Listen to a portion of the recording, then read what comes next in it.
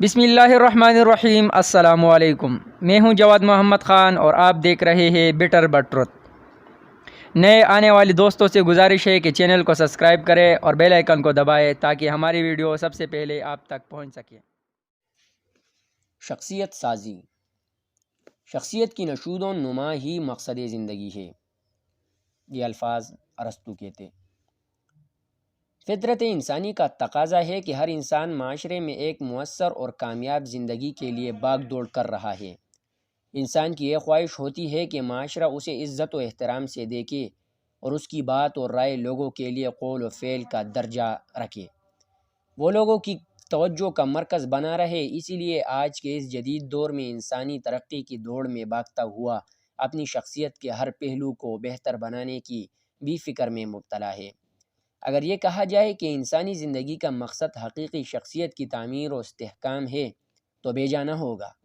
آغاز دنیا سے آج تک انسان نے کروڑوں برس کی مصافحت اور مسلسل جدوجہد کر کے اس موجودہ دور تک پہنچنا ہے، اور ابھی بھی یہ سفر جاری و ساری ہے۔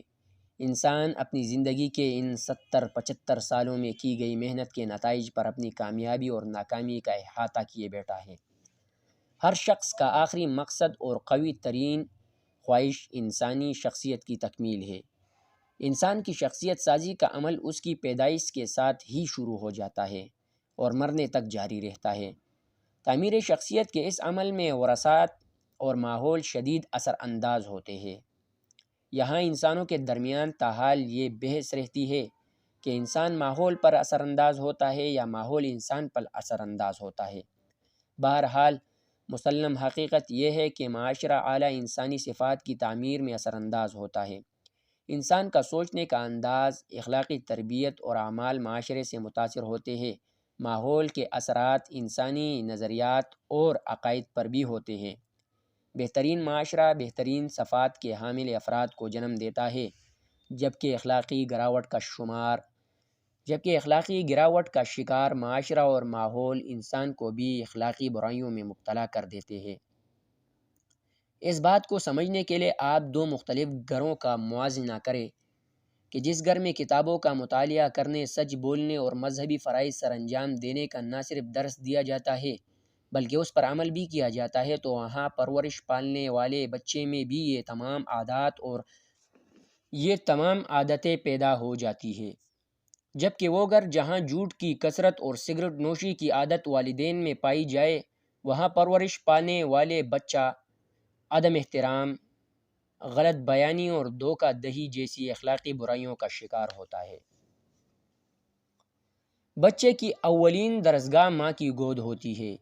انسان سب سے زیادہ اپنے گھر کے ماحول سے سیکھتا ہے۔ والدین کی عادات بچے کی شخصیت سازی کے لیے راستہ فراہم کر رہی ہوتی ہے۔ جس طرح گھر کا ماحول ہوگا ویسے ہی بچے کی تربیت ہوگی۔ کامیاب اور بااخلاق گھرانہ بااخلاق اور کامیاب بچے کو جنم دیتا ہے، جبکہ ناکام افراد کی صحبت، چاہے والدین ہی ہو یا استاد اور دوست احباب، یہ سب ناکام افراد کو جنم دیتے ہیں۔ آج اگر ہم معاشرے پر نظر دوڑائیں تو ہمیں ہر جگہ بری صحبت کے اثرات نظر آتے ہیں، اور میرے نزدیک آج معاشرے کی ناکامی کی بہت بڑی وجہ یہی ناکام صحبت و سوچ ہے۔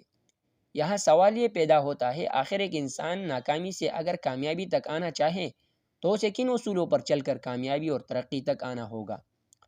ماہرین نفسیات اس سوال کے جواب میں کچھ اصول و ضوابط کو بیان کرتے ہیں جن کا تعلق در حقیقت کتاب اور سنت سے ہی ماخوذ ہے۔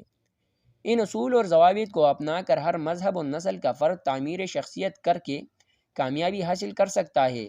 ان بنیادی اصولوں میں مندرجہ ذیل عادات شامل ہیں۔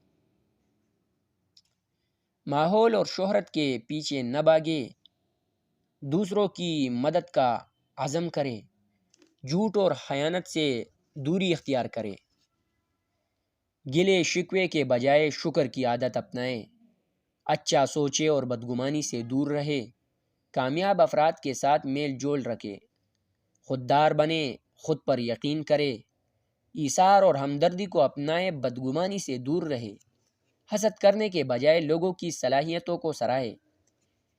اس سب کے ساتھ ساتھ اگر اسلامی ضابطۂ حیات کو اپنا لیا جائے تو وہ بذات خود ایک کامیاب شخصیت سازی کا نمونہ ہے۔